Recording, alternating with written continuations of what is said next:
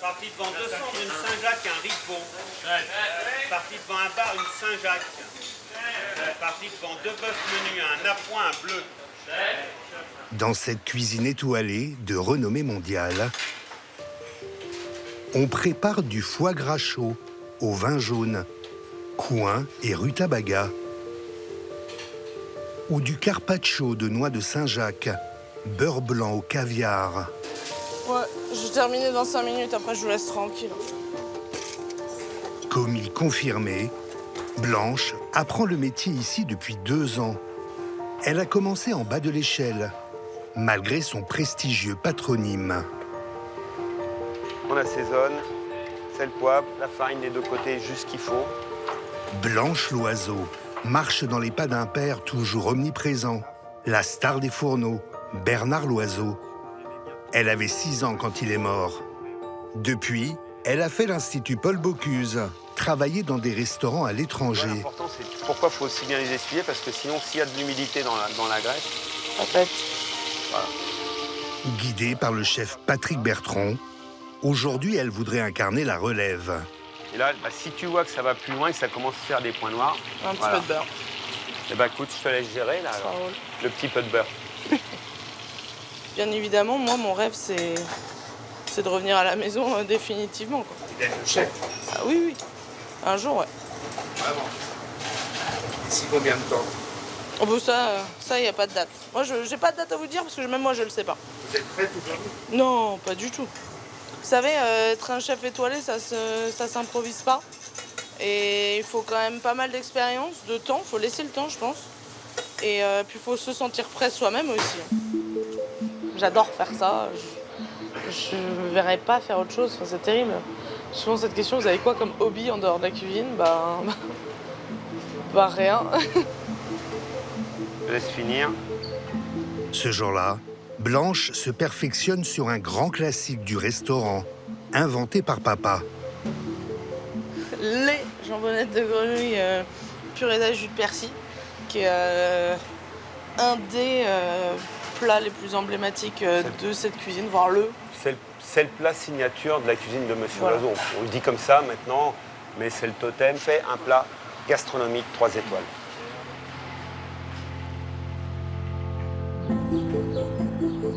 Perdu dans cette bourgade du Morvan de 3000 habitants, Saulieu, un restaurant haut de gamme, la Côte d'Or et un hôtel 5 étoiles, créé en 1975 par une icône de la gastronomie française, Bernard Loiseau.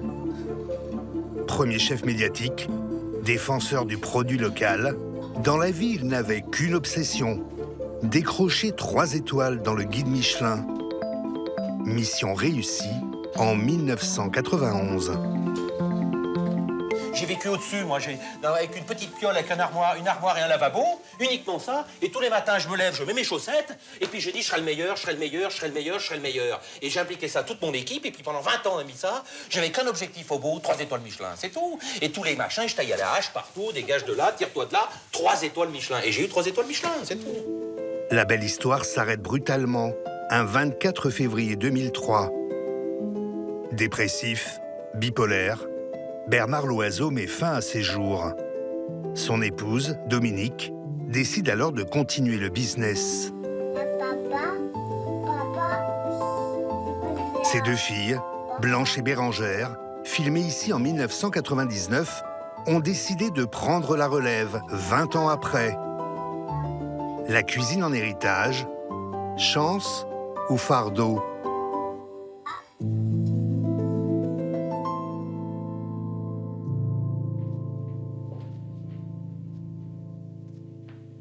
Messieurs? Bonjour. Bon, ça y est.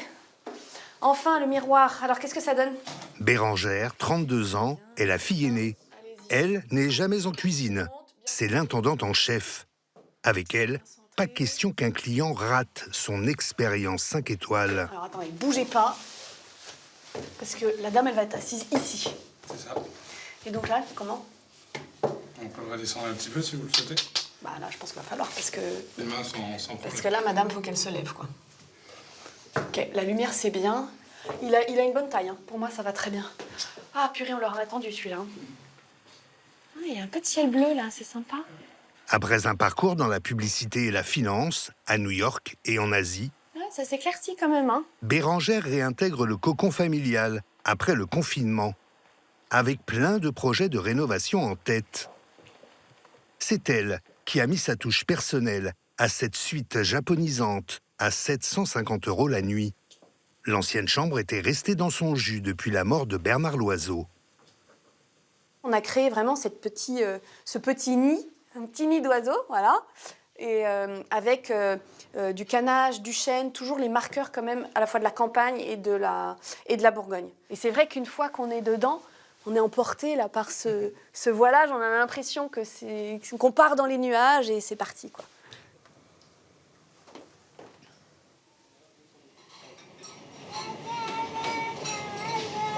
Bérengère a grandi dans cette maison. À 2 ans, son père la mettait sur le pass en cuisine, au milieu des bons de commande des clients. Fais un bisou à papa, Bérengère, fais un bisou. Orpheline, dès l'âge de 13 ans, elle vit toujours avec le fantôme de son illustre père. J'ai trouvé des trucs pas mal quand même, ouais. Donc, ça, c'est assez original quand même. Son rôle aujourd'hui, entretenir le mythe.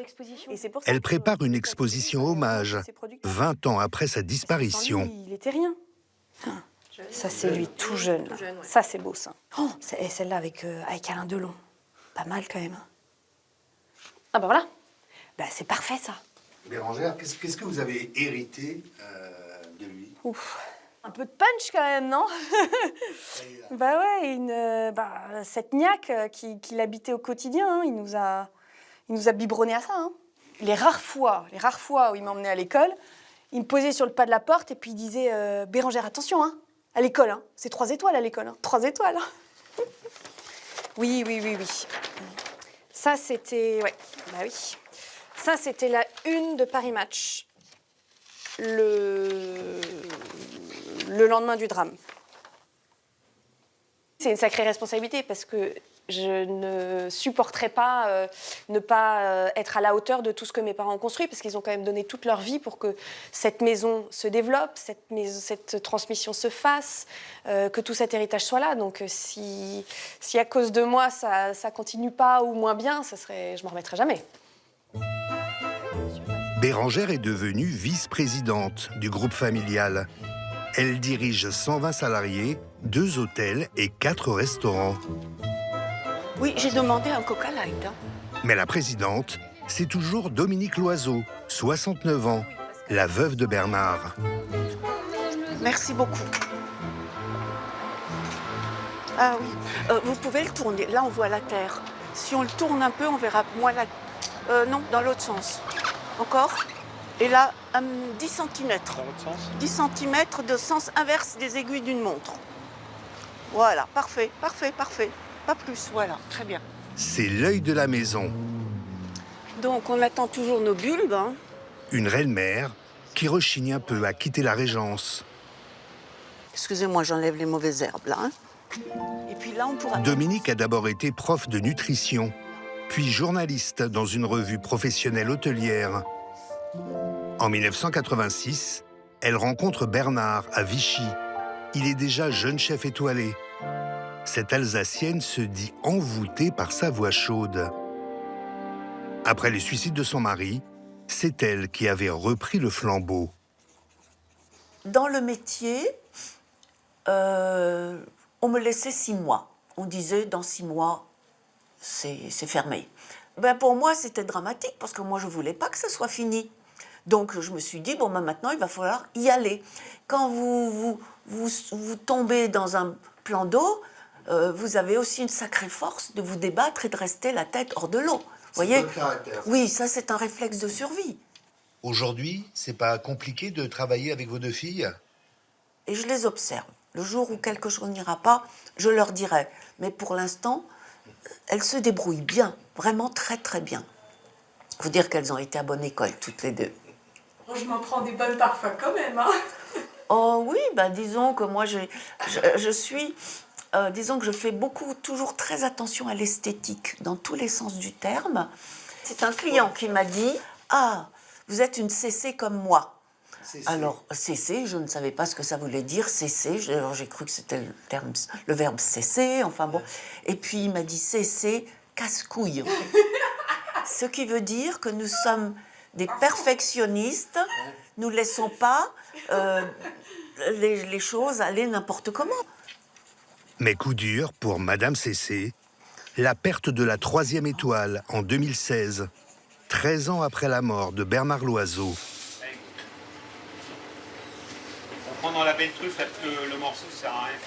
Son second de l'époque, Patrick Bertron, devenu chef des cuisines depuis 20 ans, part à la reconquête du précieux macaron. Ok, bon, donc Louis-Philippe, là on a la soupe. T'as vu là? On a rechargé en huître comme on avait dit? Oui. Ah bah c'est ça alors. C'est l'huître qui fait que ça... Ouais. Avec son jeune adjoint de 36 ans, Louis-Philippe Vigilant, ils veulent surprendre, tout en respectant la règle d'or du grand chef. Jamais plus de 3 produits marquants dans l'assiette. Comme avec ses langoustes, accompagnées d'une soupe d'ortie parsemée d'huîtres. Premier qui a fini à gagner. Ah ben, vous aurez gagné avant, chef. Ce plat, inspiré d'une vieille recette de Bernard Loiseau, mais dépoussiéré, sera au menu de la prochaine carte. Son prix, 90 €. Ça, c'est milieu des années 90. Ouais. Ça, c'est aujourd'hui. Là, maintenant, ça fait simpliste. Jamais je vais me dire, je vais aller sur cette assiette-là. Alors que là, j'ai envie, comme on dit, de taper dedans, quoi. Vous n'avez pas de souci à le communiquer sur les réseaux sociaux. Là, je suis pas sûr. C'est comme si vous compariez le jeu de Pelé et de Mbappé aujourd'hui. Pelé, à son époque, c'était un dieu vivant, et maintenant, Mbappé, à son époque, eh bien, c'est pareil. Les nostalgiques vont dire que Pelé, eh ben voilà, et un jeune d'aujourd'hui va regarder le Pelé jouer, ils vont dire, mais c'était ça le foot et tout, et ils vont préférer Mbappé. C'est pareil. Aujourd'hui, 2 tiers des clients choisissent les recettes modernes de la maison, comme ce filet de cerf rôti, sauce poivrade, accompagné de choux farcis. Voilà. C'est ce que va déguster cette famille de Reims, qui a pris le menu délice à 210 €. C'est excellent. Tout est là, tout est dans l'assiette. Vous auriez pu être déçu par quoi? Peut-être que la cuisine soit restée comme elle était, ou vivre sur la notoriété du personnage. Et en fait, bah non, c'est vraiment très très bien fait. Malgré ses efforts pour moderniser la carte, le restaurant a perdu des clients. 60% de revenus en moins à cause du Covid. Gozaimasu, Yamaguchi-san. Genki desu ka? Aujourd'hui, le groupe, coté en bourse, affiche 10 millions € de chiffre d'affaires. Pour remonter la barre, Bérangère démarche à tout va tour opérateur et hôtel de luxe à l'étranger. Sanjupun daijoubu desu ka? Daijoubu? Elle a appris le japonais à l'école de commerce. Super. On fait ça. Et mise aussi sur la clientèle sud-américaine. Et bah tiens, voilà. Boum. 10h35, c'est l'heure. Et là, boum, réservation. Flavia Ribeiro. Donc là, c'est un groupe pour une marque de voitures. Section Latin America. Et hop, boum, ils prennent un dîner, une table entière. Ils sont combien? 32 personnes. Ils viennent d'où? Voilà. Là, à côté de Sao Paulo. Donc ça, c'est parce que j'y suis allée en fin d'année dernière, au Brésil, que je suis restée 2 jours à rencontrer de nombreuses agences de voyage. Il faut s'y rendre en fait, hein, parce que sinon, ils vous oublient très vite. On explique la maison, ce que c'est, le charme bourguignon, tout ce qu'on peut offrir à leurs clients. Et c'est pas parce qu'on s'appelle Loiseau qu'on va rester tranquillement derrière le comptoir à attendre que ça se passe. À l'image de sa mère, Bérangère est une hyperactive. Mariée à un administrateur de biens immobiliers, Elle gère tambour battant, une petite entreprise de 4 enfants. Toi, tu dois les trier, d'accord? Les petites cartes et les grandes cartes. Et quand tu as fini, tu m'appelles. Alors, qu'est-ce qu'il reste à faire? 577 et 620. Ok. Et le 620, La 3e génération n'a pas connu le charismatique grand-père. Allez, on va faire l'histoire et la géo. Mais Bérengère la verrait bien un jour reprendre le flambeau. Non, c'est lequel? Qu'est-ce qu'il faisait, Papy Bernard? Cuisiner. Ouais. En championnat du monde. En 3 étoiles, en 3 étoiles. Oui, bien sûr, ils le connaissent. Ils le connaissent, il est quand même omniprésent dans nos vies, dans nos métiers. Vous n'avez pas peur de sacrifier vos enfants un peu trop, un peu comme votre papa a pu faire un moment en donnant tout à son boulot? Papa avait vraiment une obsession qui était celle des 3 étoiles. Moi, c'est pas la mienne. En revanche, oui, faire perdurer l'œuvre des parents, ça c'est une évidence. Mais non, j'essaie effectivement de préserver au maximum des temps où on est entre nous. Je fais toujours les devoirs, ça c'est quelque chose que je lâcherai jamais. Vous la voyez assez souvent, maman, ou j'aimerais la voir plus? Tous les jours, mais pas tous les jours. Quoi? Pas tous. Parce que des fois, elle part... Ah oui, à l'étranger? Quand je suis à l'étranger? Bah oui, là je pars un peu plus longtemps. On n'habite pas très loin de l'hôtel, donc ça aide aussi. En attendant de reprendre les cuisines gastronomiques de papa, Blanche, la sœur cadette, tente de trouver sa place. Bonjour Solane, comment ça va? Ça va très bien, et vous? Enchantée. Bonjour Solane. Bienvenue. Alors c'est en travaux, hein, mais au moins vous avez une petite idée un peu des lieux.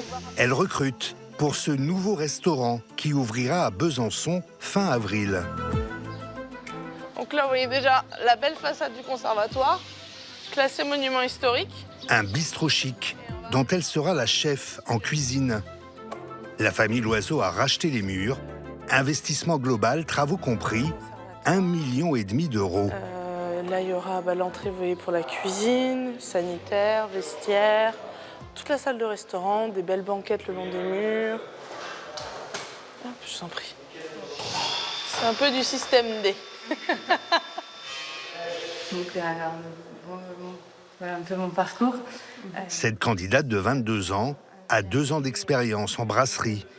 Elle brigue ici un poste de demi-chef de rang et peut espérer 1 800 € net par mois minimum. Oui, pas garder. Le nom m'impressionne parce que je sais que c'est une grande maison, très prestigieuse, mais je pense être capable de relever le défi.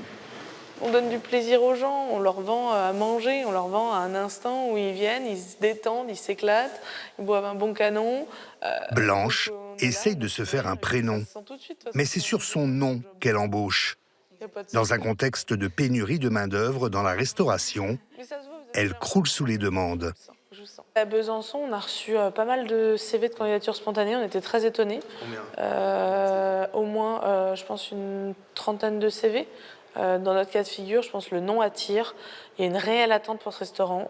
Toutes les semaines, on reçoit des mails de gens sur la boîte mail de Besançon qui nous disent « On vous attend, on a hâte, quand est-ce que vous ouvrez ?» On a un engouement qui est assez impressionnant et ça fait vraiment...